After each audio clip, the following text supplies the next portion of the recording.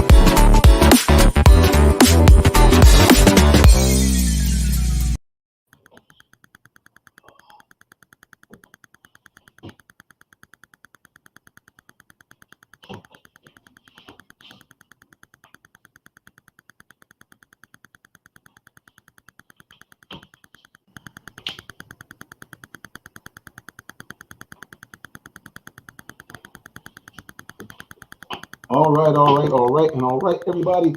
Welcome to the Real Talk Sports Show. I'm your host, the Minister Jonathan Simmons. And again, we're always excited to have you with us here as we broadcast you just outside of Atlanta, Georgia, in a lovely county called Clinton County. We're thankful for those of you again who decided to join us this day. Hey, if you want to find out more about the show, check us out. Follow us on social media at Real Talk Sports, the number 7. You can follow me personally at Minister J. Sim. We'd love to have you joining with us. Also, you can contact us via email at jsimmons@realtalksports.net or simply hit me up on the cell, 678-410-9833. Well, you guys know anytime I do this show, we always like to have the most beautiful lady that is on Sports Talk Radio or TV, the one and only Tree Dolman, the Queen, is in the building. Welcome back. Hey, Sorry, I know everybody didn't want to see my shirt, but I had forgot to turn my light back on. I know, right? Listen, what is that on the screen? Don't have done that. We good. How are you? Doing all right. How are you doing? Praise the Lord. Doing good. Yeah, very excited and happy to be back in the building here with some more of the Real Talk Sports Show. Once again, a big weekend in sports, and we're going to talk all about it here on the show. So now tell me, how was your weekend this past weekend, Ms. Dolman? My weekend was pretty awesome. Truly blessed. How was your weekend? Praise the Lord. Pretty blessed as well. Very exciting. Got a chance to get out there and cover some NASCAR and got a chance to see history in the making. The young gun did it. Got it done. I'm talking about Chase Elliott. Came out and matched his papa's feat. His dad won at Atlanta Motor Speedway many years back. And now he joins the Earnhardt family as one of the few father and son duos to win the same race in NASCAR. And we were right there. So it's pretty cool. That's fantastic. Well, you guys know, anytime we have a queen, we also have a champion, 2-time Super Bowl champion. He's a member of the Fort Valley State Sports Hall of Fame, a veteran of the NFL, and a darn nice fellow. The one and only Tyrone Poole is in the building. Welcome back, sir. You're muted. There we go. You unmuted now, sir? I'll try to unmute you. Hold on. All right. Your mic, you push your mic back in, Tyrone. Okay, you should be good now. Go ahead. No, it still says muted. All right. Yeah, still saying mic not connected. All right. Well, I know Tyrone will get it connected in a minute. All right. That's okay. I'm sure he'll click us back on when he's ready to rock and roll. So yeah, Tree, definitely, like I said, a lot of excitement. And of course, I know for you, some great excitement as well, because your ladies had the All-Star game, WNBA All-Star game, big. And did we have a representative from the Dream, I heard? Yes, we did. And she played phenomenal. And what I loved is that during the second half of the WNBA All-Star game. All of the players came out in a number 42 Brittany Griner jersey to show their support for her. I thought that was really awesome for them to do. And as many people may or may not know, they actually had Brittany Griner as an honorary All-Star member since every year when she's played, she is an All-Star. So I thought that was really nice of them to do, so that hopefully if she can come home soon, it will not mess with her record of being an All-Star. But phenomenal weekend. A lot of the WNBA players were in the building to support. You had different NBA players, all type of people supporting the game. And what a great way for Sue Bird to end her career, and also the other young lady that used to play with the Minnesota Lynx. So it was really nice, and a lot of great basketball being played. There was a dunk, and the crowd went crazy. That's what I'm talking about. I saw. They thought she was just going to lay it up. And it was really nice. And Ryan Howard definitely represented. She did great, represent for the dream. And it was really nice to see her there. So hopefully next year we can get more than one player out there, but she definitely represented. Yeah, good to see that. Like I said again, we're used to having an all-star all the time. For many years, of course, Angel McCoughtry, who, by the way, was out at NASCAR this weekend. We had a Angel McCoughtry sighting. Good to see her. But yeah, good stuff. But listen, I think the champion, as he always does, has rallied and got his mic ready to rock and roll. The one and only Tyrone Poole, number 38, is in the building. Sir, welcome. All right, how's that, guys? Is that a little bit That's better? what I'm talking about. Yes, Yes, sir. we can hear you now. All right. Just make a few adjustments, all right? But anyways, welcome to everybody. Hello, Tree. Hello, Minister. Everybody watching and listening. Hope everybody had a great day. Yeah, man. Like I said, I knew that the champion would rally to the occasion. Doesn't make a difference. He knows how to make a move. And like you said, it's always about making adjustments. And Tyrone Poole made the adjustments we needed. Yeah, man, we were just talking about big sports weekend, WNBA All-Star game. We had NASCAR right here down the road in Hampton, and we saw a little history being made. We saw a father and son duo. Another one do it as Chase Elliott followed on the path of his dad and won the Atlanta Motor Speedway Quaker State 400. Yeah, it's always good when you have that father and son. It's just something about your son following in your father's footsteps. You talk about auto racing. A lot of fans probably know about Bobby Allison and Davey Allison. Father and son. Of course, Bill Elliott and Chase Elliott we just talking about. But the list goes on. The list goes on. Just so many, father and sons. And when your son grows up in that environment, they can't help but to actually become that. But I think one of my all-time favorites would be Richard Petty and his son Kyle Petty. Everybody know about Richard Petty, man.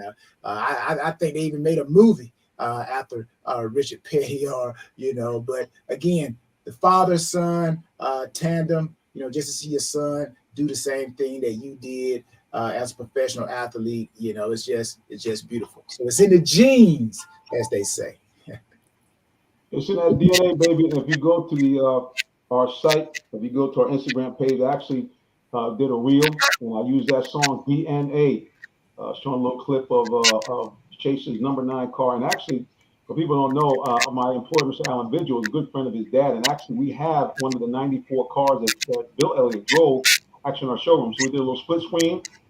Thanks to the miracles of modern technology, we made it do what it do, the number 9 and the number 94. So yeah, man, big shout out to them, big kudos. And of course, big shout out again to all the WNBA All-Stars. Tyrone, one of them ladies got off the floor, but they threw it down with a big time dunk in the All-Star game. Yes, sir. So yeah, man, big stuff going on with the ladies. Now, Tree, before we transition, I heard some news that the league is looking to now expand first by going to extending the number of games being played. I guess now they're going out to 40 games. Is that what I'm hearing?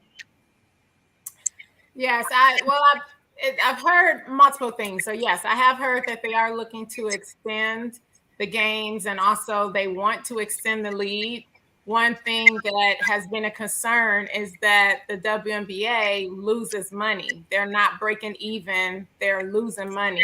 So maybe they're thinking that if they do expand the league, then maybe that will help bring in some finances. And they are starting to make a lot of changes this year with their marketing, showing more games on national television. They also increased the price of their WNBA League Pass.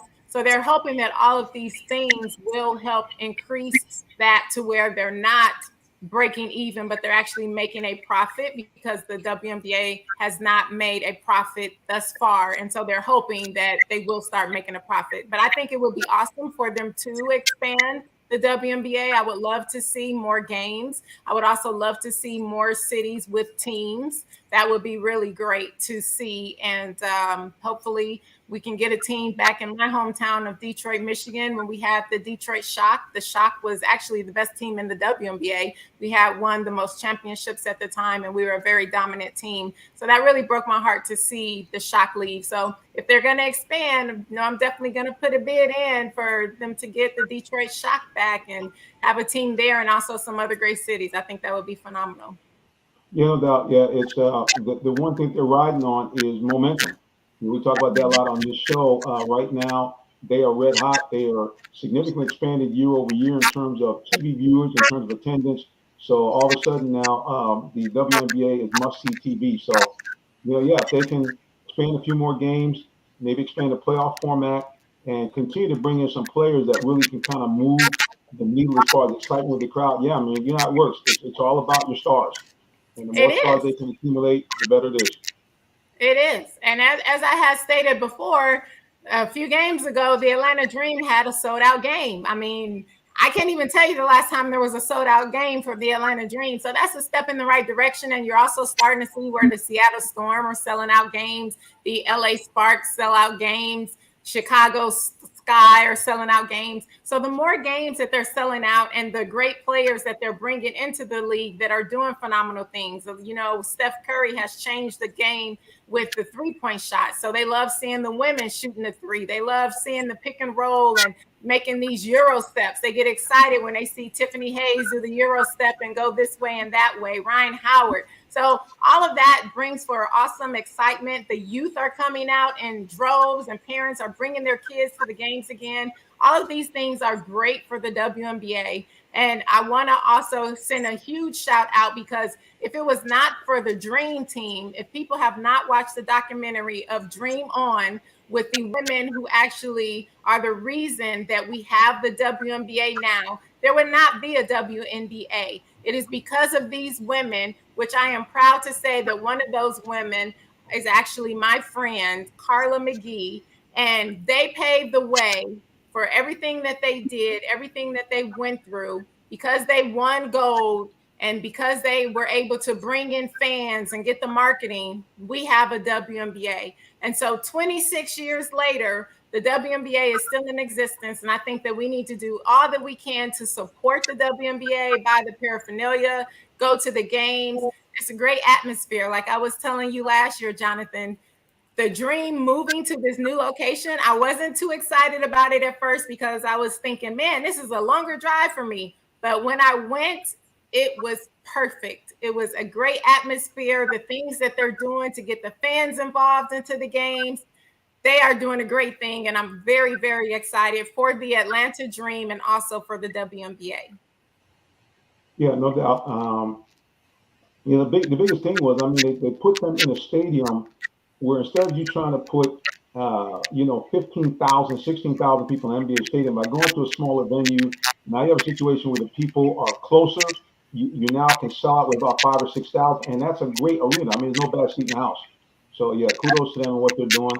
And we look forward to them doing some really nice stuff going forward. All right, guys, listen, you need to keep it locked right here. We'll be more. We'll be back with more of the Real Talk Sports Show in just a moment. Please don't go nowhere. Thank you. And thanks. Are you in the market for a new vehicle? Well, check out Allen Vigil Ford Lincoln in Morrow, Georgia. We have one of the largest inventories in our area for both new and pre-owned vehicles, so we're sure to have something for everyone. Family owned and operated since 1982, customer satisfaction is our number one priority. Come see our full lineup of vehicles and find the one that best fits you. Give us a call today, 678-726-5739, or shop us 24/7 online at allenvigilford.net.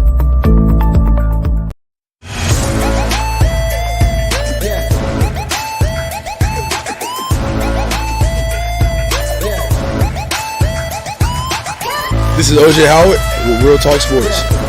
What's up, guys? This is Tim Tebow. You're listening to Real Talk Sports. This is Charles Woodson.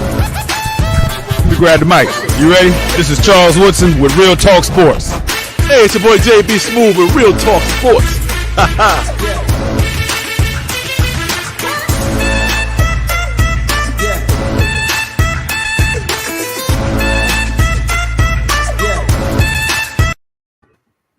Everybody, we are back, and that's right. You can see on the banner right there, guys. We got it. It is Jonesboro Tuesday. That's right. You know, the second Tuesday of each month, we bring in the coaches and some of the young men from Jonesboro High School, located right down the road from us here in Jonesboro.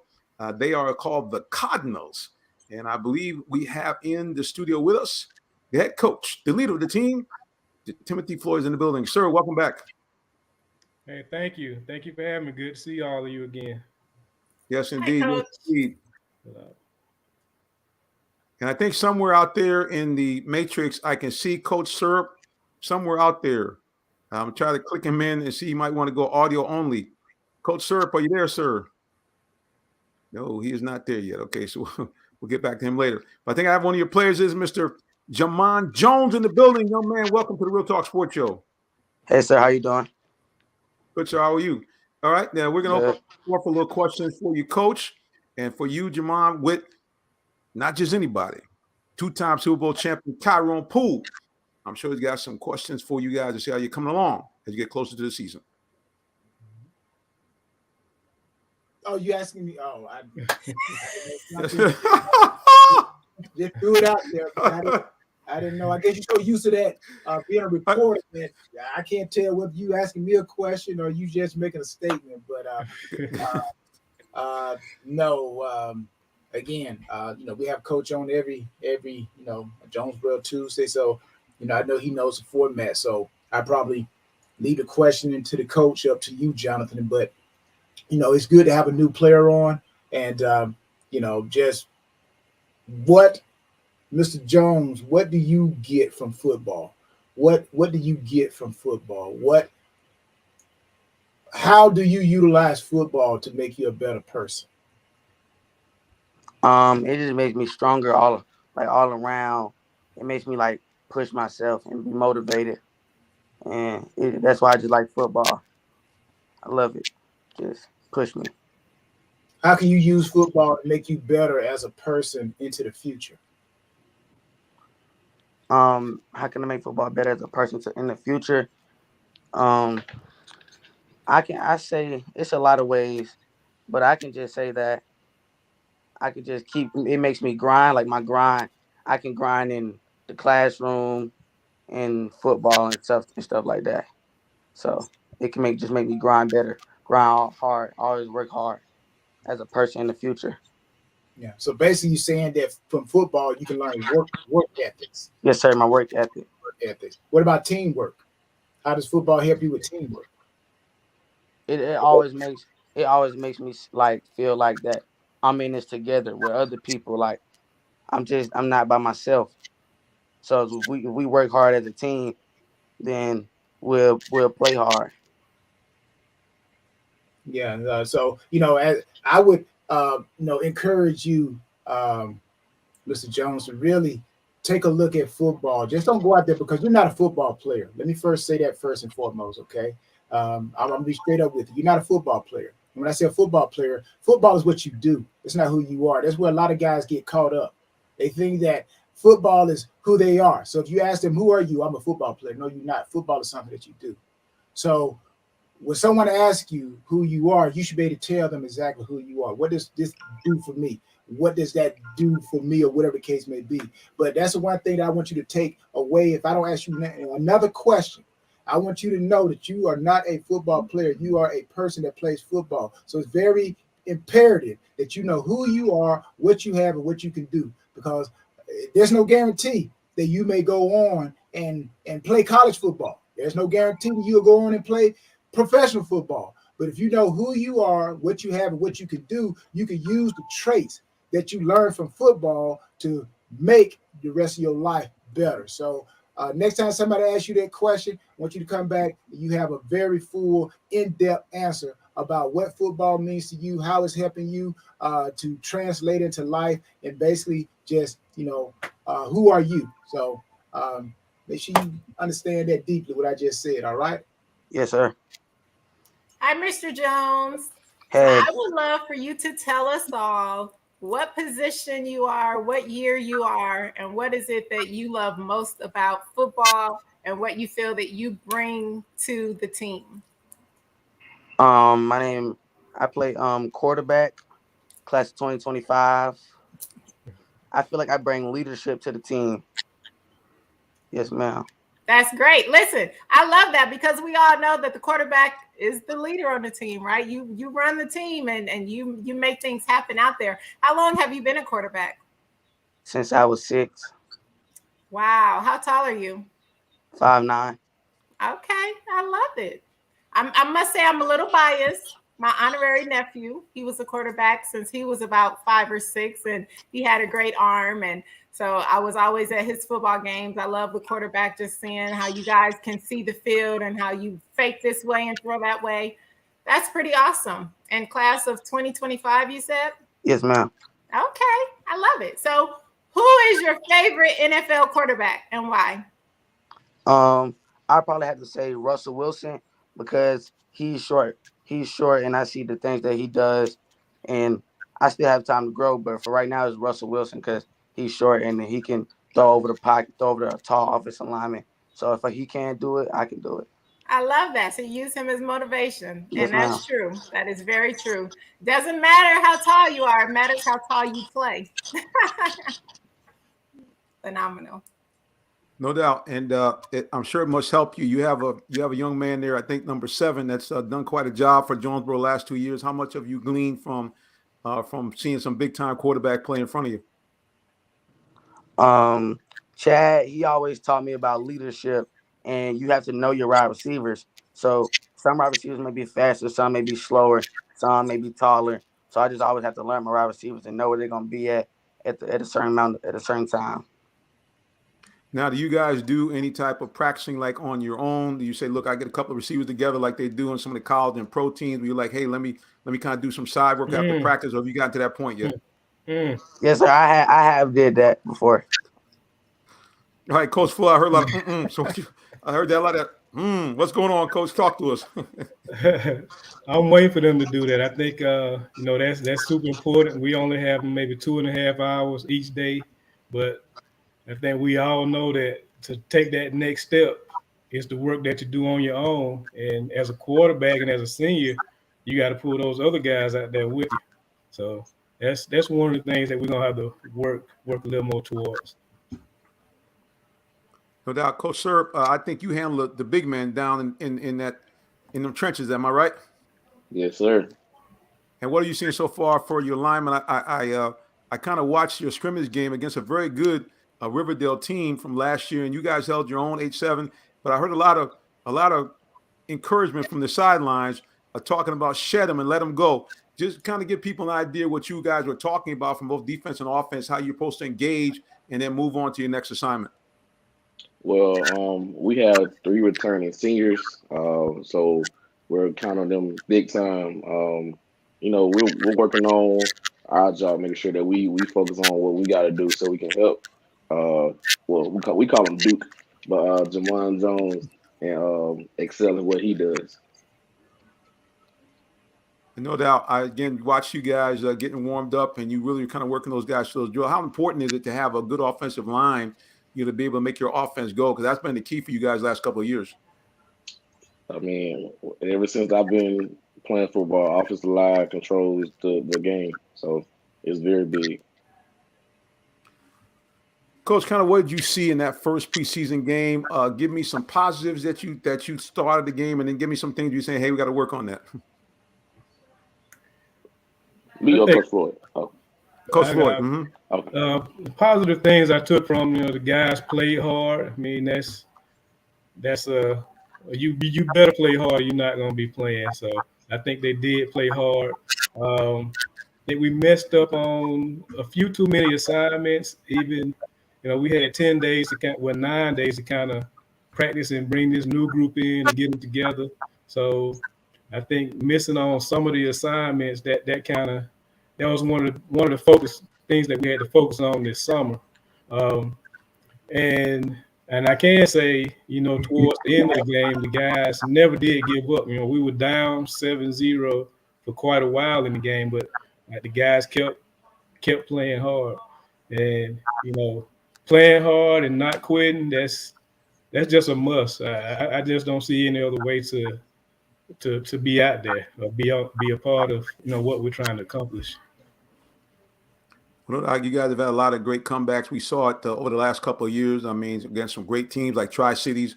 We were there when you guys came back. I think it was like 14 points down in the fourth quarter. Not that much time left. And you guys pulled that game out. So great stuff. Tyrone, what were some of the things you would say to encourage these guys? I know you talked about the young man understanding that, hey, look, you're more than a football player. What did you do, or what do you suggest guys to do in that preseason as they're getting ready for the season? You got 1 or 2 suggestions for them they can kind of grab onto? Well, I just say it like this.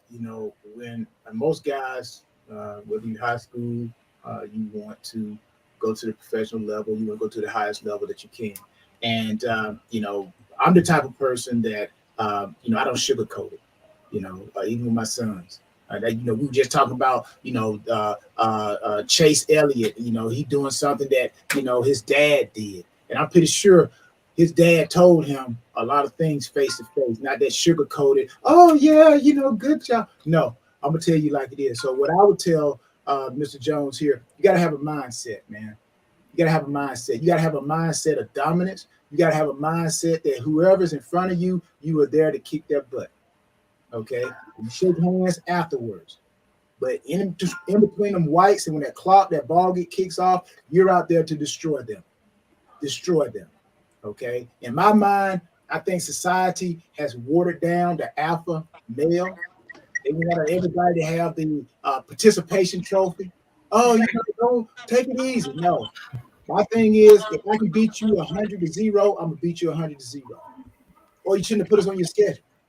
You shouldn't have put us on your schedule.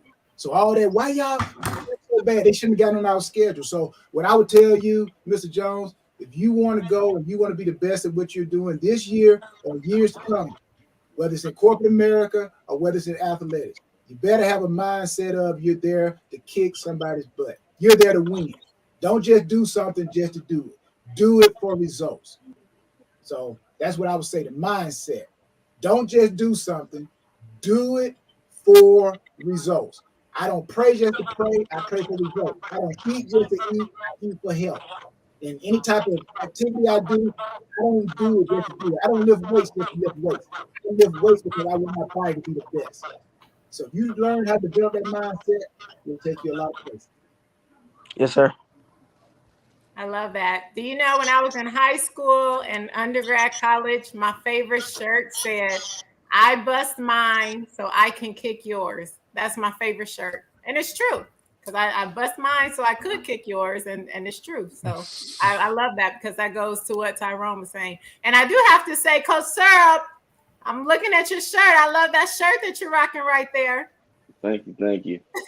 This is our shirt, LOB. Yeah. Tell us what it means again for our new viewers that haven't heard what the LOB stands for. LOB stands for Love Our Brother. Yes. I love That's that. powerful right there. That's on the field, off the field, the good times, the bad times. I don't want to sound cliches, but I think we really do push family, and that's what really the LOB is for. So. I can say this too to Mr. Jones. Now, again, like I said, society, you've been a quarterback, right? Now, society has kind of like handcuffed Coach Floyd and Coach Syrup a little bit to the point where back in the day when I came up, I'm like, if I made a mistake on the field, I'm like, my coach got my helmet. I'm like, I got it, Coach, I got it. Coach Floyd can't do that today. He'll lose his job. I'm saying all that to say this, That's where you step in. That's where you step in. You got to be willing to get up into them dudes' faces and tell them you got to be an extension of Coach Floyd. You got to be willing to get in their face and tell them that they're messing up. Yeah, I love you, brother, but you know what? You just messed up. So get your butt out there, and you owe us one. You owe us one. And then watch Coach Floyd gonna look at you, do that wink, say, yep.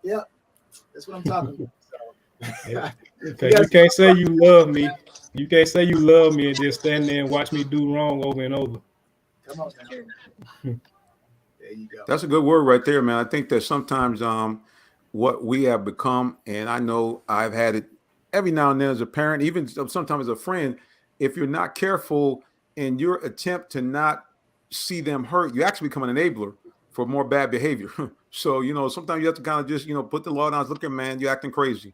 I love you, but right now you're acting crazy. And whatever you got to do, you need to stop because it's not going to help you or your cause or this team or what we're trying to do. Well, Coach, as always, man, this segment goes by real quick, but I got it all set up here. There's your banner right there. It might be blocking us, but we can all see it. You guys need to follow him on social media. Coach Serb, the hardworking man, put him back in here. See, Coach, I got yourself all set up. Twitter, JHS Cardinal Football. Twitter, at JSS Cardinal FB. You guys need to tune in and check these guys out. Great stuff going on. And, okay, I'm going to ask him one more time. I love when he says this. Hey, Coach, who y'all play the first game of the season? August 20th, we got the school around the corner. Terra Stadium, 7:30. Now, that's a rivalry old school. He won't even call a name. Won't even speak their name out. Oh, Sookie. Now, again, guys, we thank you for coming in. Jonesboro High School Cardinal Football, JSS Cardinal Football on Instagram, and you can find him on Twitter at JHS Cardinal FB.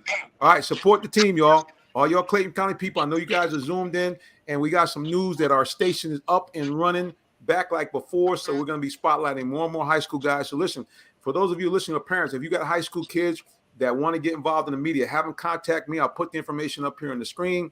There it is. Contact me, Jay Simmons at realtalksports.net, or give me a call, 678-410-9833. We're looking for interns, whether you want to do sports or whether you're trying to do just regular media. Please contact us, and we would love to have you guys there. And we got a nice little yes, sir, from Mr. Zachary. So we appreciate you, Coach. Appreciate you, Coach Sir, Coach Floyd, and young Mr. Jones. You got some big shoes to follow, but I know you're going to do it. Yes, sir. God bless everybody. Let's go Burrow. Go Burrow. That's See right. you later. All right, guys. But don't you go nowhere. We'll be have more Real Talk Sports Show in just a moment. So again, keep it locked right here for more. The day has arrived. It's time to let more people know about your business. You have the right marketing plan and the messaging in place. But do you have the right messenger? Good advertising and promotions need a professional sound so the message can be clearly understood. Don't leave your brand image to chance. Let our team of voiceover experts at CME lend you a hand. Give us a call at 678-304-8121 to find out how we can partner with you to give your business its voice. Did you know that Allen Vigil Ford in Morrow, Georgia also has Lincoln? Over 35 years of using the Vigil Touch to provide excellent customer service, works hand in hand with the Lincoln Motor Company to provide a luxurious and seamless way to acquire your next luxury vehicle. Lincoln has an array of full-service complimentary owner benefits. These benefits include hospitality partnerships, service pickup and delivery, all which can be accessed through the Lincoln Way app. You can even contact the 24/7 concierge to have someone assist you. Come and see our great inventory of new and pre-owned Lincolns today.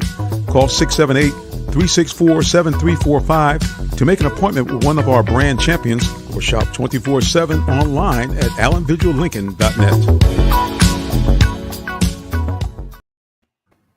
All right, we're back, guys. You are watching and listening to the Real Talk Sports Show. I'm your host, Minister Jonathan Simmons. Right underneath me, there's the lovely Miss Queen, Tree Dolman, and, of course, the champion, Tyrone Poole, is in the building. Well, like I said, it's been, again, just a wonderful weekend of sports. I got a question for you guys here. You guys been watching all this shenanigans going on. I shouldn't say shenanigans. The NFL, let me slow down. The NBA, trade rumors, free agency. Have you guys been paying much attention to it? And if so, what do you think is going on with Kyrie and KD, especially KD talking about he want to get gone? What do you guys think about that? I'll go to you first, Tree. I think that it is what it is. If he wants to leave, he's made his request known. We'll see where he lands up. I don't think anything of it. Everybody's saying, oh, well, he could go here or he could go here. Yeah, there's a lot of places that he can go, but okay, I'll see where he lands, and it is what it is. Tree, you ain't got no shade at all. He's the big man looking like he's trying to jump around. He just signed his big contract. and now he's off again. I mean, does it look bad? In my opinion, it does, just because you're going from team to team. But again, only he knows what's going on behind the scenes. So a lot of times it's not always just what's going on the court. There could be a lot of things going on behind the scenes. So who knows? So no, I don't have any shade to throw. I know I keep seeing everybody else throw shade and talking about how he keeps running, and the memes on social media have been hilarious. Yeah, but and saying how he would love to go back to Golden State Warriors and just different things. Like I say, we'll see where he ends up, and then then we could talk about where he's landed. But who knows? Tyronn Poole, what you think about KD? He's a runner, man. I call space. If I'm his teammate, I ain't sitting up there, just like Shannon Sharp said, he's a runner. Put him on the track with Usain Bolt. Let him run, because I'm like, here's what I think about it. At the end of the day, when people start comparing at the end of KD's career or whatever, what they're going to bring up is, yeah, he won, but it's kind of like, I should have started like this. What's that song? Papa was a Rolling Stone. Papa was a Rolling Stone. He lay his head, that was his home. So I'm like, KD, where's your home, man? Where's your home? Where can somebody sit and say, you know what? He spent his career right here, and man, he helped this organization win. He helped his teammates get better. So I'm like, at some point, when they're already talking about it, who's the face of the NBA? You know what? I wouldn't put KD face at the face of the NBA. Right now, I'll go with Steph Curry, because he has. If you look at society wants stability. Stability. They don't want runners, man. Yeah, you're successful, but you know what? Show me that you can stay somewhere, and while it's down, you bring it up, and while it's up, you keep it up. All right? And that's what I tell people when they ask me, what is the definition of a real man? Yeah, all that protecting and providing, that comes with it. That is a byproduct. But what really, in my definition, a real man is somebody who doesn't run away from the problem. I don't care what type of situation it is. You're going to stay there and see it through. You're the captain of the ship. So I'm like, KD, I'm like, yeah, you're a good player, man. But hey, let's find somewhere where you can call your home. And because I'm telling you, at the end of his career, when they start comparing him to Steph Curry, they're going to say, yeah, he did this, he did that. But Steph Curry stayed with the team. He stayed with the team. So watch. I'm telling you. This is what they're going to come back to. So I know he want the money. It is what it is. But at the end of the day, don't run because you just trying to go somewhere and win, or it's just commitment. That's the word I would use, commitment. Just stay committed, man. Stay committed somewhere. Yeah. What do you think, Jonathan? I think KD's soft like butter. That's what I think. Like butter. Parquet is like parquet, but he's still in the tub, bro. He ain't trying to do nothing. He looking to spread out all over town. It's ridiculous. So I mean, look, the guy. Look, I mean, I want to tell you, this man had it, Tyronn, in his hands. You know how hard. Because you got two of them. You know how hard it is to win a championship. This man was on a literal dream team, and because he let a teammate and maybe a coach, he got all his feelings. Oh, they don't want me. They don't need me. He got gone. Ridiculous, bro. I don't care. You can say what you want. I'm gonna stay right here with y'all. And y'all can say, hey, we could have won without me, but I bet you're going to win these things with me. I'm going to rip off 2-3 championships in a row. And then the whole narrative about KD changes. Whole thing. Yeah, but instead, go ahead, I'm sorry. All we're going to say is he soft like butter. And see, that's why, like the NBA, I think the NBA is more individual. It's more individualized. It's like you got so many individuals, man. And I'm like, when you look at sports like hockey, or you look at sports, or you see football, it's more of a team sport, man. Soccer is more of a team sport, But NBA players, it's like they all individuals. Like you said, if you hurt my feelings, then I'm moving on. I'm going somewhere else. So it's like I don't really see basketball as a true team sport. It's a team sport made up of individuals. It's like a track and field, like a 4x1. You got a team made up of He's running. Put him on the 4x1. Put KD on the 4x1, the U.S. 4x1 team, man. Let him help him out. I think he got speed enough to run with him. Now, Speaking of runner, how about his partner in crime, Mr. Kyrie Irving? Go back to you, Tree. What do you think about his thoughts about him talking about now he wants to get back with LeBron and him trying to leave the Nets as well? What you think? Same reaction. Hey, if a team doesn't want you, go where you want it. So we'll see where he lands, and it is what it is. So, I mean, we talking about team doesn't want him. I mean, so, now I'm not going to get into, whys and wherefores on the political aspect. I have my own opinions about vaccine, not vaccine. I'm just going to come out and be real candid. So y'all might throw something at me, but I don't care. I'm just going to tell you, I personally am not vaxxed. My daughter, however, is vaxxed. For her, she has, complications, being a little bit on the thick side and already being a diabetic and working in healthcare. She said, Dad, even though I'm kind of uncertain about it, I got to get it to protect myself. And I'm all for that. It created a real bad problem. I think if we weren't in a situation with a pandemic and there was no shot issue, I think that the Nets could have really had a really good team. I think if Kyrie and KD come in and play together on any consistent level, they could have been an excellent team. But Kyrie's going to be another guy that down the road, 8, 9, 10 years from now, maybe more, we're going to see him and LeBron having the same conversation that Kobe and Shaq said. Oh, if we could only let our egos settle down for a second, we could have won a bunch of championships. Because there's no question, as good as Golden State is, when I saw Cleveland come back from 3-1 and I saw Kyrie just be unstoppable, I said to myself, you know what? These guys could be trouble for Golden State for a minute. And that was really my thought. I think that Golden State would have had problems, beating them, 3 out of 4 times for a championship. I think that Cleveland might have been able to take them again, especially if they add the right pieces. So, for me, same thing. I think the guy just wrecked what could have been an excellent legacy. Now, he's younger than KD. So if he gets to the right situation and doesn't, as Tyrone said, get the running to the next spot, then, we might be able to look at Kyrie as what he really should be, really one of the better guards in his era. Yeah, well, he is one of the better guards, but you said his ego. What has he done with his ego? Well, I mean, I guess when I say ego, he kind of pushed that envelope to get out from LeBron James. There was a lot of chatter that his dad and other people getting in his ear talking about you need to have your own team.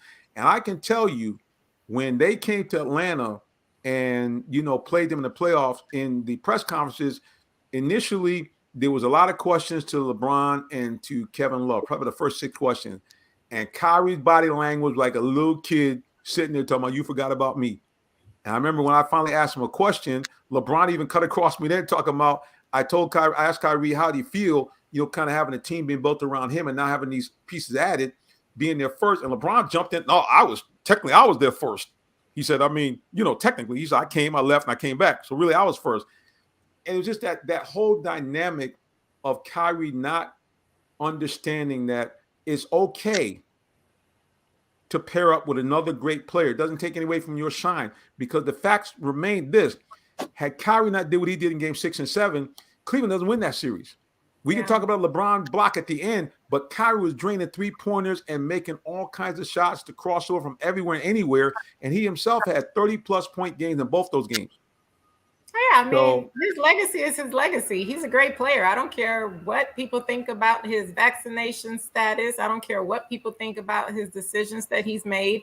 I respect his decisions because I love that he said he understands what comes with it, and he was willing to take what came with it. So that's his business. Same thing that was going on with tennis and Djokovic with his.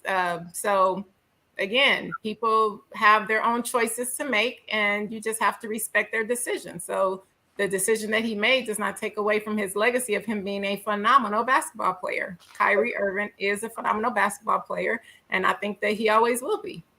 Let's say this. No. Let me make it plain. Maybe I made a misunderstanding here. No, I'm definitely not saying anything about the vaccination thing, because I'm not vaxxed myself. So I'm not saying in any way. I was agreeing with you, not disagreeing. Oh, okay. Okay. I just want to make sure you thought I was not sure the guy in the bus for sure. No.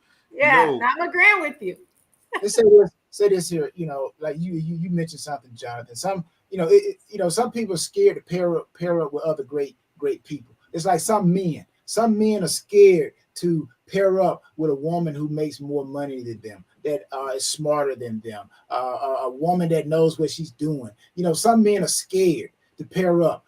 Myself, like I said, proven point right here. In order to win them things right there, you got to pair up with people who are just the same or better than you. So if you want to win championships, you got to pair up with people who are better than you. No, you may not get the limelight. You know what? But at the end of the day, what is your purpose for playing or doing what you're doing? If it's in life, it's to make money so you can sustain your family, right? So don't be afraid to pair up with an alpha female, okay? If you're quote unquote an alpha male. Same thing in sports. Don't be scared to pair up with somebody who's better than you, because at the end of the day, we're trying to win championships in life and in sports. But I will say this, you also got to look at management, okay? Management, okay? There has to be a reason why these guys wants to leave. They want to leave. Nothing just happens. So Joseph Ty, you pronounce his last name Tsai. But again, you look at him. How is he running the ship? Okay. Is he making it with the players? I don't want to be there. You know, you go back, I think the original owner was Arthur Brown, who founded the team back in 1967. So, you know, ownership, I don't think sometimes it's always the players. It's the owners, man. So it's the reason why certain organizations always win and certain organizations never get there. Everybody want to look at the players, but you better go look in their front office, okay? Because nothing just happens, all right? Sometimes you got people running offices and running sports, and they just there just to collect the money. They don't really know anything about the game. So that's why I would love to see players go into ownership and go into, you know, management. And, you know, we understand the game. Put us in there. Let us see what we can do. And just don't be getting people who you just trying to fill the spot with. Put some people in there who really know the game. And let's see how the game looks, from football to basketball to baseball to soccer to hockey or whatever. And get these people out of there who own these software companies, and now they want to just come in there and run a team. And really, they try to run it like they run their business, you know. Assistant to the assistant to the assistant to the assistant. You can't run a professional team like that, man. That's just me. That's my soapbox. Tyrone, you have thrown a large amount of this right here. He done hit the management, the owners. He done hit everybody. Smacked everybody upside the head. He ain't playing tonight. Tyrone Poole. Listen, we're going to do this real quick. So you know who's lurking in the shadows right here. Chomping at the bit. He can't wait till I get the football. Look at him. Preacher. NBA season over. Julio Jones with that flowery branch yesterday. That's what we need to be talking about. He said, "Oh, we gonna get it, Tyrone. Brady got those two for you." That's right. LOL. Let's get real. Y'all got what he said about Todd. Todd's a person that he just throws up just to say stuff. He don't even know what he's talking about. Todd is what we call a stir the pot, man. That's why I love him. He's always trying to stir the pot. Well, listen, I'll tell you where else we saw Julio Jones over the weekend, but you got to keep it locked right here if you want to know. We'll be back with more of the Real Talk Sports Show in just a moment. Don't go nowhere. The day has arrived. It's time to let more people know about your business. You have the right marketing plan and the messaging in place. But do you have the right messenger? Good advertising and promotions need a professional sound so the message can be clearly understood. Don't leave your brand image to chance. Let our team of voiceover experts at CME lend you a hand. Give us a call at 678-304-8121 to find out how we can partner with you to give your business its voice.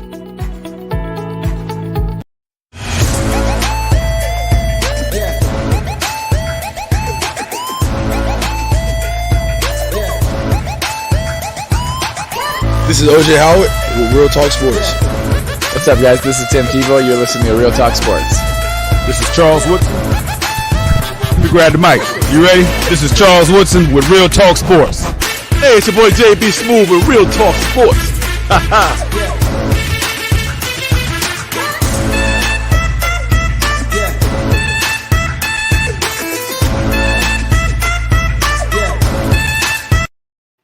did it for the cards. I'm still while we're waiting for everybody to come back, did anybody else watch Wimbledon, or was it just me? No, matter of fact, now we'll talk about Wimbledon real quick before we go to football. Actually, let's talk about Wimbledon. Kind of wild. My man Rafael Nadal had to pull out, and young Mr. Kyrgios after beating our USA guy. Yeah, well, at the end of the day, I mean, that match took a lot out of him. Nadal's a guy that never gives up on any point. And so if you look at some of those rallies, I mean, he's got some rallies. Matter of fact, you can look on, I think on YouTube and on my Instagram page, I should say our Instagram page, a couple other ones. He had this classic rally with Jokic in the U.S. Open a couple years ago. And I mean, this thing went on for it seemed like it was like 10 minutes.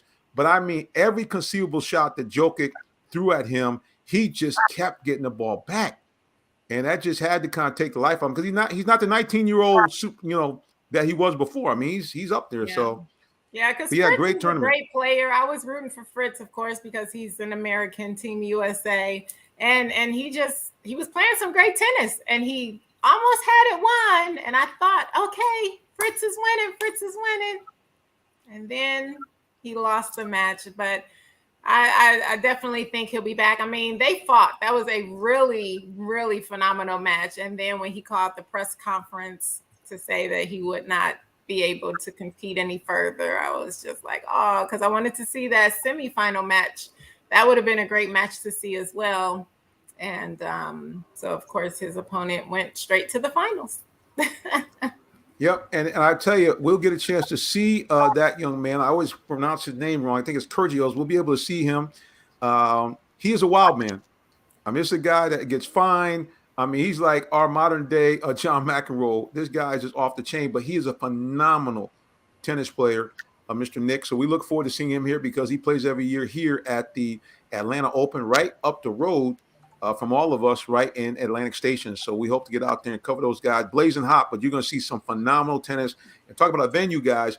You can't beat that because you're literally right on top of it. Even if you can't get to the stands, just walking around Atlantic Station, you can see it. It's just great stuff. So if you guys get out there, please, man, please do so. Do so for sure. Let's go here. Go ahead. To see him cursing out his box. I don't know. I couldn't take that. If I was in his box, I would have left the box. Like, you're not going to talk to me like that. It was just, I've never in my life seen anything like that in the sport of tennis. It was very sad to see him taking his frustrations out on his box like that. And just how he was just cursing. I'm like, there's children out here. I mean, and, he's representing Nike and Team Jordan. And I don't know. I was very disappointed in that. In the play of his tennis, yes, great player, but he definitely needs to work on his attitude, in my opinion. Something I would like to learn more about is how these tennis players like their strength training programs. Ever since I seen that Venus and Serena Williams movie with their dad, I'm like, I wonder how they train. Strength wise. And I do believe that Tiger Woods actually changed the game as far as he changed the game in the weight room. I think he took the weight room to the golf course. So I just wonder how these tennis players, how they strength train. And I'm like, do they work out in sand? Like, I don't know if they do it, but I'm just thinking if you can like practice, like not hitting the tennis ball, but moving from side to side in sand. Would that make you quicker and faster? I would like to just get a good like week or a month or a season of seeing how the top tennis players, how they strength train. What is their strength training consist of? I would just like to see it. And then change it up. Try to make them more stronger, make that muscle more powerful so it'll be more explosive to move laterally or linearly straight ahead. And then having that upper body strength to be able to deliver 125 miles per hour. 130, take it up 135 miles per hour tennis ball. Man, can't nobody, man, you would just ace every serve. You got so much steam behind that ball. So, you just love to see. I gotta tell you. Go ahead, Tree. And I was gonna say, what was that comment that was on the screen? Say it again. You put a comment on the screen. Oh yeah, that was my man Todd. Always Todd trying to let you know that he's not just a talker. He said back in the day, he played tennis in college and he was just one ankle injury away from turning pro. Well, look at you, Todd. Okay, Mr. Athlete, that's phenomenal. Believe it or not, unfortunately, Tyrone wasn't born yet. Tree wasn't born yet either. But back in the day, I could have used Tyrone's emphasis telling me, work that thing. as my 5'11.5", 255-pound body decided I'm going to try for my high school tennis team. That lasted about 2 weeks.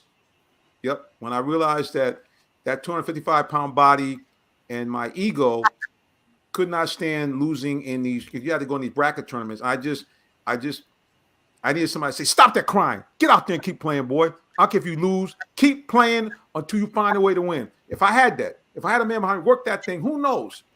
I could have been maybe a decent amateur tennis player by now. Amen. Aww. Yeah, But I I actually wish did you that. would That have been is out what, there because listen, I'm that tough love coach, that tough love person. I don't do the babying, but yeah. Oh, I hate that. It would have been nice for you. Yeah, you want to get out there and play after watching Wimbledon, don't you? Not really doing. I'm actually my racket is in the house. I'm actually going to get the thing rewrapped. There's a couple of places where seniors, yes, I have to admit now, I fall in that category, like the senior plus division. But there's some guys out there that still do play. So I'm gonna get back out there and resume my lessons.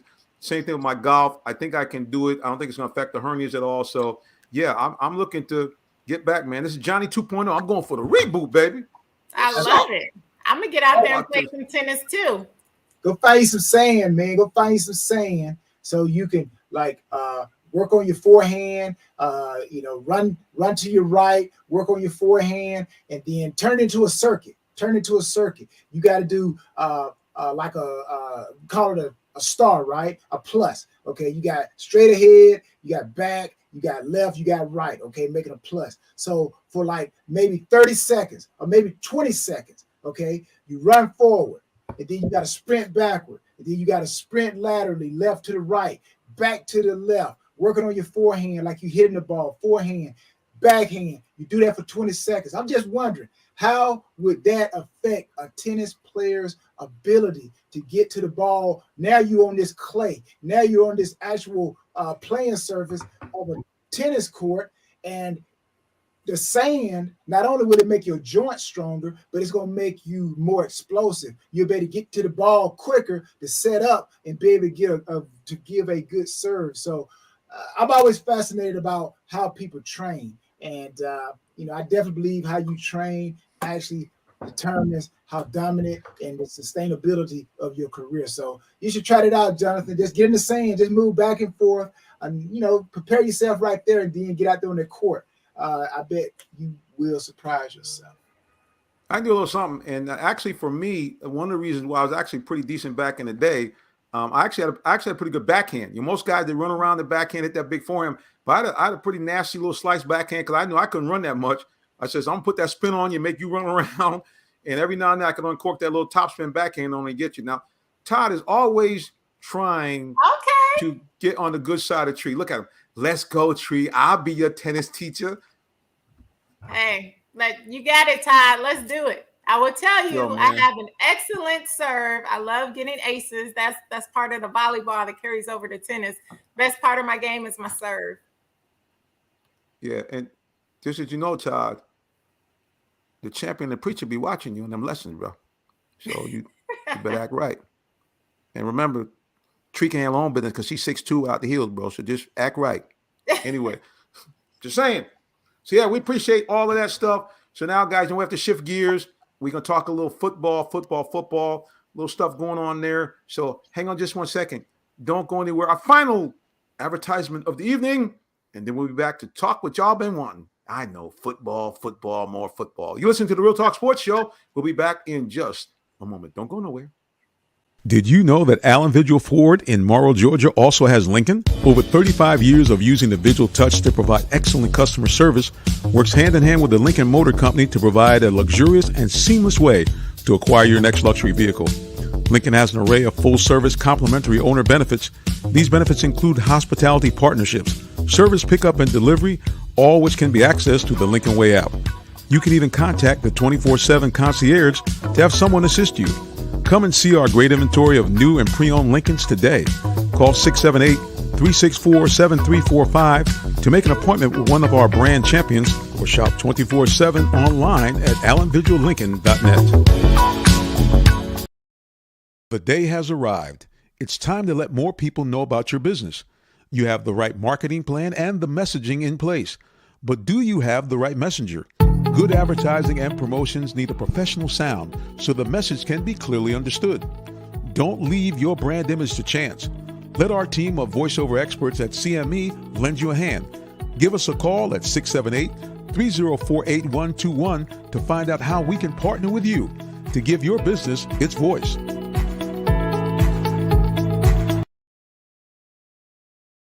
And we are back. Final segment of the Real Talk Sports Show. I'm your host, the Minister Jonathan Simmons. Right below is the lovely Queen, Miss Tree Dolman, and right next to me, the champion and Hall of Famer, Mr. Tyrone Poole.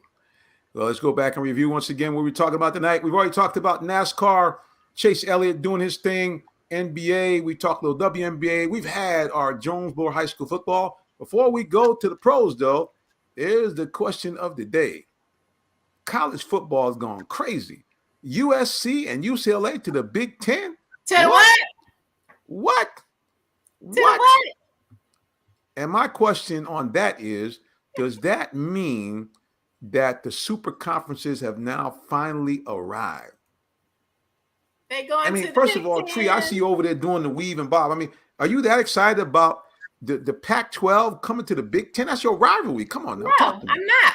What I'm excited about is the fact that they want to join the Big Ten because the Big Ten is already phenomenal. That's what I'm excited about. Screw the Pac-12. It's all about the Big Ten. You guys know I'm always talking about the Big Ten. So that's why I'm excited, because they're coming over because of the benefits that they will receive from joining our phenomenal conference of the Big Ten. So that's why I'm excited. Go Big Ten. Help me, please. Go Big Ten. Here's what I say. You know, everybody understands it's all about the money. We all understand that it's all about the money. Okay, that's why they're moving over. Because when I look at the SEC is the Cadillac of football.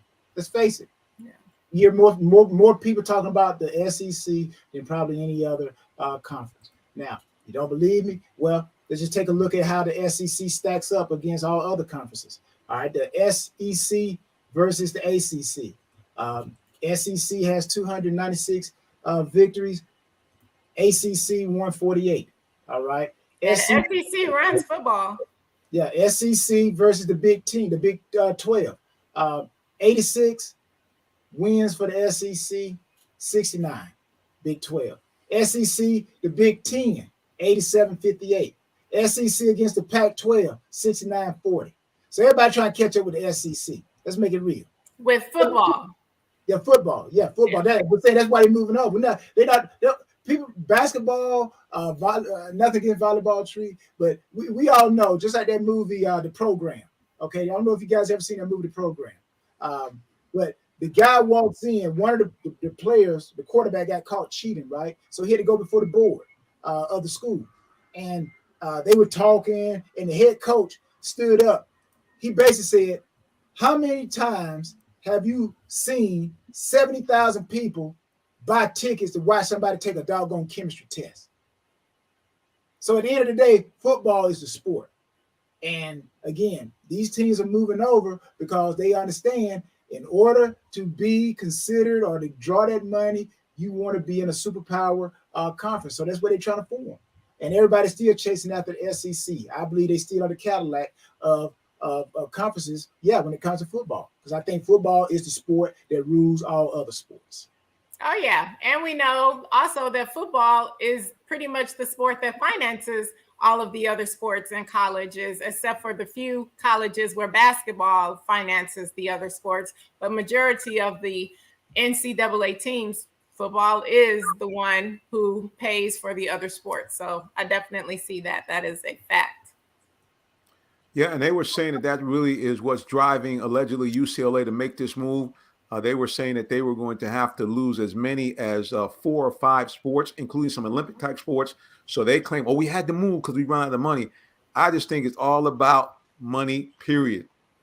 It's all about money. It's all about now that the players can get these NILs. Everybody's trying to get that bankroll set to get those 5-star athletes. So, yeah, man, I get it. But to me, I guess because of my age, I'm a little bit of a traditionalist. I even kind of had problems at the beginning when they made the Rose Bowl part of the BCS thing, because I was always the Rose Bowl. New Year's Day was something I look forward to with the different bowls based on region. Cotton Bowl, you knew you were getting, somebody from, well, back then it was the Southwestern Conference, maybe playing against somebody from the SEC, and you knew that, Orange Bowl was going to be probably a Big Ten team against, an SEC team or an ACC team. And so, at first I was like, and of course the Big Ten Pac-12, that was the game. I mean, when I was a little kid, USC against Ohio State, games like that where the games were just, these were legendary games. And so when they went away from that, I was like, but then they kind of brought it back a little bit when they said, okay, each year we're going to still have those kind of quasi matchups, but they're going to be basically, around the college football playoffs. And now, man, come on. I mean, USC and UCLA, a West Coast team in the Big Ten? Huh? I know. But again, like you said, they're coming over because of finances, and we know that the Big Ten has a lot of money. I mean, people can say what they want about the Big Ten. The schools have a lot of money. The conference has a lot of money. Big Ten is not just the Big Ten for no reason. I mean, it's phenomenal. And it, so like I said, they're coming over to the Big Ten because they want to come and join. But also what breaks my heart, I don't know if you guys have heard, but they are demolishing the stadium in Hawaii. I mean, that stadium has so much history. What? They have the Hawaiian Bowl there every year. That's where the Pro Bowl used to be, when they used to have the Pro Bowl in the NFL. It was played in the stadium every year. My husband played there multiple times, 8 times actually. And now it is getting demolished. That breaks my heart. Wow. And can I say this real quick, to going back to the SEC thing, when you look back at just the draft alone, okay, players can bring money into the schools. Okay, players can bring money into the school. You get enough players drafted, of course, they're going to give back to the school. They're going to give back to the school. Okay, just look at LSU. How many players they probably giving back to the school? You got ODB, Odell Beckham. He out there giving players money on the field. So I'm pretty sure he's giving money back to the school. You got the Georgia. You look at SEC. Okay, Alabama. Basically, what 56 players. Looking at some stats here, 56 players. Got to go back and get my numbers correct. So I won't put this out there, but I'll say this: the SEC leads all conferences with 339 former NFL players. All right, that's former players. All right. So again, you get players into the NFL. I'm like, they're gonna give back, man. They're gonna give back. We all know that Alabama over the last several years, they have put them out there. Look what Georgia just did. So again, we all understand it's about the money. So if you want to be competitive, I think if USC, UCLA, any of those schools or whatever could come play in the SEC, they would. But they probably chose the Big Ten because you can only have a certain number of teams in conferences. So you know what? We want to spread it. Plus, you talk about the distance and traveling and all that stuff. That's money in itself. But I bet you if they could, they would come play in the SEC. But you don't want a certain number of teams, so we got to go somewhere else where it's competitive. So we'll go to the Big Ten. We'll go there. They went to the Big Ten because of the money, period, point blank. They went to the Big Ten because of the deals that the Big Ten has and the deals that the Big Ten has coming up. It has nothing to do with anything else. So now you know what I'm saying. What I'm saying is this, Tree. What I'm saying, yes, they're going to the SEC. They're not going to offer them that money because SEC, like, we good. It's just like if you walked in and you had some type of item that you're trying to sell, and if I already got 12 of those items, then you say, hey, I want $30 for it. I'm like, no, I'll give you 15. But if you go somewhere where somebody say, oh yeah, we'll definitely take you. You know what? We'll give you $40 for it. So at the end of the day, you want to go where it's competitive at, but you also want to go where they're going to give you the most money. So if they were to come to the SEC, I'm like, we already got enough schools, so to speak. That's where I'm basing my analogy. But I understand what you're saying. I don't disagree with what you're saying. But everybody don't want to be in the SEC, though. I just want to say that. So I know the SEC is awesome when it comes to football. Everybody don't want to be in the SEC when it comes to football. Yeah, but that's why everybody not championships either. So I know they, like you said, they have the most championships. They are when it comes to the NFL and when it comes to football, they run it. Everybody knows that. That's common sense. But what I'm saying is, just because the SEC runs it now, it doesn't mean that you don't have other programs that want to build up another conference and get that other conference to surpass the SEC. So everybody doesn't want to just join the SEC. Everybody isn't like KD, where it's like, oh, I want to just go here. You know, I want to build a legacy and create. So Good luck on it. Good luck. I mean, Trina made a meme of KD in college football. Dang, she brought him in for that. Woo, woo. Yeah, but I mean, listen, it is really all about money. And at the end of the day, I can tell you this, Tree, the truth about the matter is, it's like this. Whoever they want to bring in who think they can bring them some money, they say, because think about it. Why on earth is Texas and Oklahoma going to the SEC? Come on now. I mean, it's just all about that money. It's greed, especially Texas, because Texas basically, they themselves were the reason why the old Southwest Conference broke up, because it was all about Texas. It was all about Texas. Even when the Big 12 were there, it was all about Texas. Because Texas, what started this whole nonsense was Texas actually broke off away from the Big 12 and said, no, we want the Longhorn Channel, because they felt we're driving the lion's share of the revenues. We want our own channel. But at the end of the day, their program since that time has went down to, what's the old term, hell in a handbasket.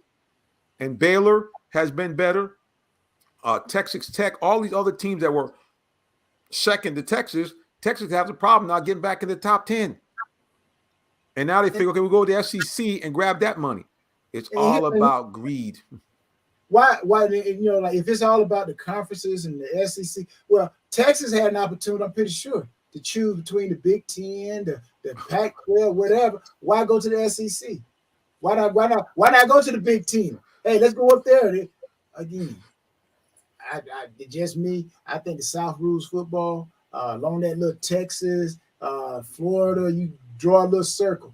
You know, you get, not saying that all athletes are in the South, but I do think the weather, the climate does determine how great an athlete becomes. But again, Texas had the same decision. I'm pretty sure they probably reached out to the Big 10. Hey, what are you guys thinking? So at the end of the day, it's about the money. It's about competition. And I think it's a heck of a lot of competition in the SEC in the South. Well, you know, you're talking about some guys. I'm going to try to see if I can get some fellas here that we can take a look at from some Southern schools here. I'm sure I get this picture up here real quick here. It's gone. It done disappeared. I was going to show you my picture of Mr. Herschel Walker, but he gone. So we're going to get rid of that. Oh, hold up, man. Hold up. Okay. All right. I'm going to tell you what I told people that commented on the screen. When I went and I saw him and Michael Irvin, the playmaker, I was not there to get into a political discussion. I wasn't going to ask Herschel why he said some of the crazy things he said, because I wasn't there for that. I'm not trying to say that I agree with what he said. I'm not trying to say that he was the smartest, knife in the drawer. I ain't getting into that. I mean, what I respected was the fact that, hey, I was there saluting him as a Hall of Fame college football player, one of the best ever, and a guy who is revered here in Georgia, like it or not. His politics might be crazy. That's a whole other issue. I wasn't there to vote for Herschel. I was just trying to show him some love as a guy who had performed well on the field. And at the end of the day, he ain't killed nobody. Okay. He hadn't committed no crime.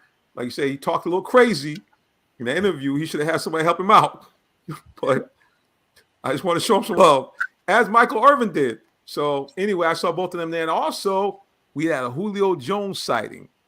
So Julio is still kind of hanging around Atlanta. And our boy Todd, Mr. Inside. Here we go. Let me get to the comments. Todd got some inside news. He says something. I think he said he saw Julio at the camp. Let's go ahead and go back here. My man Todd, he's always into something. Here it is. He said, "Preacher, Julio Jones was seen in Flower Branch today." All right, so I'm going to ask you guys really quick as we get ready to wrap up our football segment. About 10 minutes left to go. All right, first of all, Tyrone, do you think Julio's got enough in the tank to come back? And number two, you think that the Falcons will be interested, because it seemed like he left because the Falcons, wanted him to practice more. He wanted to practice when he wanted to practice. Do you think he's got a shot to come back for the Falcons, or anybody for that matter? Well, I'll just speak in general, but speaking from specific. Okay, in general, I don't really know Julio's situation, so to speak. But I will say this: as players, we do voice our opinions, and I have heard of situations where it was told to me, these college coaches, they come to the Falcons camps and they get an opportunity to sit in some of these meeting rooms, if not all of them. And one coach told me, he heard Julio tell one of the receivers coach, the coach was drawing a route, and Julio, if Julio's watching, he knows he's probably voiced his opinion. So I'm not saying anything that I haven't heard myself in a locker room or in a meeting room. Player, hey, I'm not running that route, man. I'm not running that route. So when you get a veteran, that's why a lot of these young coaches, they don't like veteran players, because you can't just hang a carrot in front of us and tell us to go chase that carrot. No, you know what? We're smart enough to know that you got it hooked up some kind of way, and we're going to take it off. But when you get these young players, they'll do anything these coaches tell them to do. So, there's a lot of coaches that I guess went over where they would go over the practice allotment. And these veterans, these player reps, uses a veteran who's a player rep. And, man, they go to the NFLPA, hey, such and such working us too hard, man. And then, boom. So, again, Julio being a veteran, that's good for a team, but of young players, but it's not good for maybe young coaches. But he does and could help the Falcons. I do think he probably has a little left in the tank. It all depends on the opposition, what the defensive guys feel about Julio. But it's just like blood in the water. If Julio shows any type of vulnerability that he's not Julio Jones, then defensive backs, they're going to build up their confidence. And, man, everybody going to be saying, I told you Julio wasn't who he was before. But, again, I do think he brings presence that can help the team. But his production on the field, I think it's going to be based off of what his peers, the defensive backs, what they feel when they watch him run routes against them. If he can't get open, then he's going to see him. They're going to clamp down on him even more. He's going to build the confidence up of the defensive back. So hopefully that makes sense. Tree, what do you think? Julio got anything left in the tank? And if so, could he come back to the Falcons? He may have a teeny bit left in the tank. I don't see him having too much longevity with his career, just with the injuries and everything going on. And does he come back to the Falcons? Maybe. I don't rule anything out when it comes to the NFL, but we'll see. I don't think at this point, I don't think it really matters. The Falcons, I don't think are going to have a good season anyway. So we'll see. Yeah. I think you could put him in the slot if his skills are falling off. I think what you don't want to do is put him on the outside and where he would be on the line of scrimmage. And like I said, these defensive backs, they're just as confident as Julio is. And if they sense any notion that his abilities have dropped, then they're going to press him. They're going to press Julio, press him, and he won't be able to get off that jam and run away from that press coverage like he could before. So what do you do as a coach? Well, he's smart enough. He understands how to get open. Put him in the slot and let him, that way he has no defensive guy that can actually get their hands on him at the line of scrimmage. And now he can kind of like get separation and just play the game with the remainder of his mind, because that part of his game is still 100%. It's just the physical skills to get that separation may have diminished. So put him in the slot and move him around and let him get open, okay? Find you another guy who can stretch the top. But let Julio use his mind and get open and know the situation. That's how you win games, knowing the situations. And veteran players can help you with that. Well, one thing that Julio, as you know, Tyrone, was one of the best of when he played. He was one of the best blocking receivers in the game. So, with the Falcons trying to put much more emphasis on their run game, he could definitely be a big help to them because, like I said, man, that guy blocks. And, he's a football player. We saw when there was some near miss interceptions, Julio ran him down and tackled him like he stole something. We saw that before. So, Julio's a guy that under the right circumstances could really be an asset to that team. But I don't know if there's an olive branch that's been put out. I don't know if him and Coach Smith can get back together. I don't know if Coach Smith will be willing to let Julio do what he needs to do, which, as you know, Tyrone, he's not a guy that's going to be out here, busting like crazy in practice because he knows his body.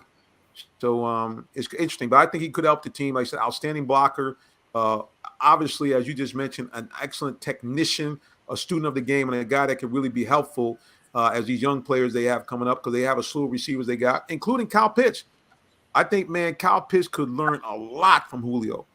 I mean, I think that's what the Falcons originally had in mind before all this stuff kind of went to the left, was, seeing that team stuff. I mean, and that's kind of the sad thing. We'll never know, how good the Falcons could have been had they been able to keep Julio and Ridley and bring in the young gun, again, but I think he does have an opportunity to come back if he can kind of mend the fences, but we shall see. I think he could help, but again, it's going to be Arthur Smith. It's going to be on him. All these young executives, all these young head coaches. I was with a coach, and I say his name. Yeah, I know it's going to ring a lot of bells with the Falcons fans, but Mike Shanahan, Kyle Shanahan's dad. I was out there with the Broncos. Shannon Sharp. I saw how Mike Shanahan, that's why I always called him a player's coach. He knew how to take care of the veteran guys. Why do I need for this guy to practice as hard as a younger guy? This guy has invaluable years of resources and game footage. I already know what this guy gonna do. What I need to do is to make sure his body is at the optimum level so that he can produce for this team. And I used to see Shannon not practice, but at the end of the day, come game time, man, first down. That's all we need him to do, get first downs. So it's going to be a lot on Arthur Smith. Like you said, even with Nate McMillan, it's how you play these young guys. How you play the veteran guys. It's the same thing. So I do think Julio can be a great asset. He can come in, a lot of wisdom. Let's not forget the guy played in the Super Bowl. Okay, how many guys on the team right now with the Falcons have playoff experience, Super Bowl experience? So Julio can help the Falcons and help these young guys, like you said, with Kyle Pitts. Because these young guys, once they start getting the ink, D-Led started reporting about them, they're going to think they got the big head now. So that's when you need that Julio Jones to come in and say, hey, come on, man, you're not there yet. You're not there yet. So I definitely think he would be an asset on the field, off the field. Could be a player's coach. I've been around a few guys like that. They were actually coaches and players.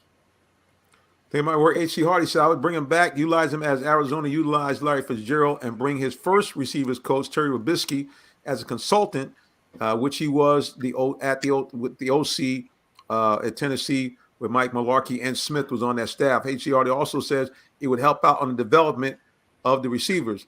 Now, of course, our good buddy, Mr. Shade, Todd always has bad news. He says Julio quit on the team. Okay, that's his thoughts here. I don't know what he means by quit on the team, but he said Julio quit on the team. He said did not take Mike's call when he left. Never thanked the fans. Julio is classless. Then he says, y'all done lost your mind regarding Julio. He is a cancer in the locker room. My man Todd. People can change. And like Al Davis said, you can go find coaches anywhere, but you can't find talent anywhere. So that's why a lot of these guys who do bad things, they get an opportunity to continue to play, because you can't go find talent just anywhere. Listen, I'm going to let Tree jump in, but I'm going to say one thing. That statement is true in all business. I'm telling you right now, I'm not calling no names. I think the guy might even be in the grave. But I've worked with salespeople that have come to work drunk. They came to work high. They would get into it with the clients. But, man, them guys knew how to put them numbers up on the board. They had high grosses. They had high volume. And management would always find a way for them. Hey, man, he had to take a couple of extra days off. Or, he's going to go home for a little bit. We're going to bring in an assistant. People put up with a lot of stuff when you can perform. I'm not trying to say it's right. Please, I'll be saying the preacher said, well, just let anything go. I'm not trying to say that's right. But I'm just saying in the American construct, in the capitalist society we live in, that many businesses and to some degree many teams put up with a lot of stuff they shouldn't be putting up with because the person can play right. So go ahead, Triad, you jump right in. Go ahead. Well, you know how I feel about that. I personally, even as a coach, I would much rather lose a match, lose a game, because if I don't care if you're the best player on the team, if you are giving me lip or causing the attitude or going off on a referee or doing disrespectful things of that nature, I will bench you 100% of the time. I don't care if it's a championship game. I'm a different breed. I understand that the NFL, they're a multi-billion-dollar organization and they care about the W's. I understand that the coaches care about the W's. So I do get that that's a different situation. They want to have the best players out there, even though they're giving them lip. They think they'll find them or find other ways to punish them. But it's all about winning, and it's all about that mighty dollar. And the more wins they get, the coach gets to keep their job. The more wins they get bonuses and different things on their checks. So I do get it. If I was a head coach in the NFL and I had a player giving me lip and we're down, that to me, yes, I would still play the player in that situation because this is your job. This is what we are paying you to do. So I do get that. I do think there are some cases where you do need to bench star players, even professionals. So who knows? But I just think it's kind of interesting because he got cut, and we'll see. We'll see what happens. You just never know. Like I say, I don't really get too surprised because crazy things happen. He's at Flowery Branch. I don't think it's a coinky-dink, but he's out there. He's out there for some reason. I say this, Tree, you'd have had trouble with Lawrence Taylor then. They would have fired you. Oh, yeah. LT. Hey, LT in the game. Go tell Coach Tree to come up here. You fired. Jonathan, you're the head coach. Yeah.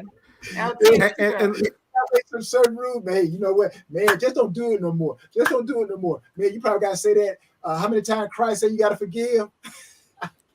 Listen, that's real talk. The Bible says. And believe me, Bill Parcells, he used all his 70 times 7 with Lawrence. I can tell you right now. But again, I think really for the types of things that I'm really talking about, I don't think the average coach will really put up with too much, just like a player chirping back at him per se. What I'm really more talking about is the player being kind of off the field crazy and bringing some of that stuff onto the field. I mean, this is like, guys like Taylor talked about the time that he would come and play games and the guy would liquored up. You know what I mean? He's under the influence. Lyle Alzado, some of these other guys that play for the Raiders, man, these guys would come in. And even back, if you go all the way back into the 60s, there's this legendary story about the guy that was really kind of the MVP for the Packers. He should have been. They gave it to Bart Starr in that first game. He tells the story later that because they had an all-pro receiver sitting in front of him, he said, I'm not going to play in the game. And Boyd Dowler, the star receiver, got hurt. He had been out all night the night before.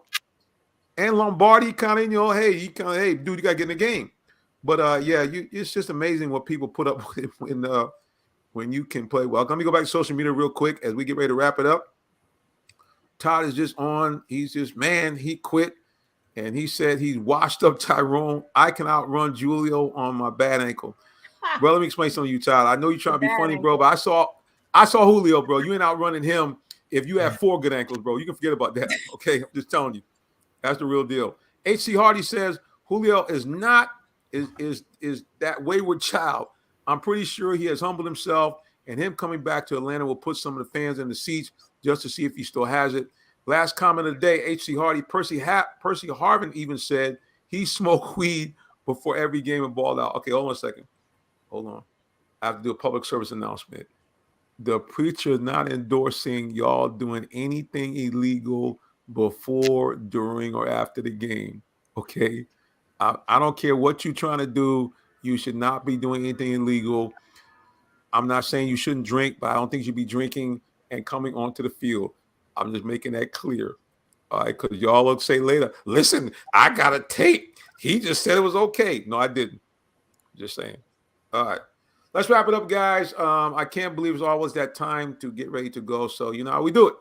Each and every time we get ready to shut it down or a guest leaves, we want you to know how you can find out more about them, how you can follow them on social media, all that kind of good stuff. So, to the champion, Tyrone Poole, the floor is yours. Appreciate it, Jonathan. Appreciate everybody joining and listening wherever you are. Appreciate you, Tree. Again, thank you, Jonathan. Tyrone Poole 38, all social media. Tyrone Poole 38 social media. Also, TyronePool38.com. So I just made it easy for you. All right. TyronePool38 on all social media, and just add the .com, and you have the website, TyronePool38.com. So check me Tyrone, out. Go on. you got a new website, bro?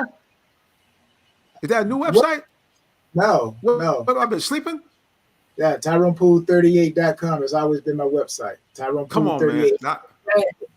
Come on, you the man right there. Listen, I'm telling everybody, we got some breaking news. I'm going to say it while you hear Tyrone. So I think you guys have heard me mention before that our radio station is under a great renaissance. So I'm going to give it a big shout out in case she's watching. Our new owner, Miss Sheila Brown, and the Real Talk Sports Show is returning to the airwaves on WIGO, now called Legendary, the 1570 AM, under the tutelage of Miss Sheila Brown. She did a tremendous turnaround of the station WFO up in Buffalo, made them a complete player in the marketplace.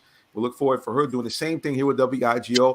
And we are celebrating the 5th anniversary of WIGO, shaking up the world, winning the Stellars. And the Stellars returns to town here in Atlanta for the first time in over a decade. So I just want to say that real quick while everybody was on the screen.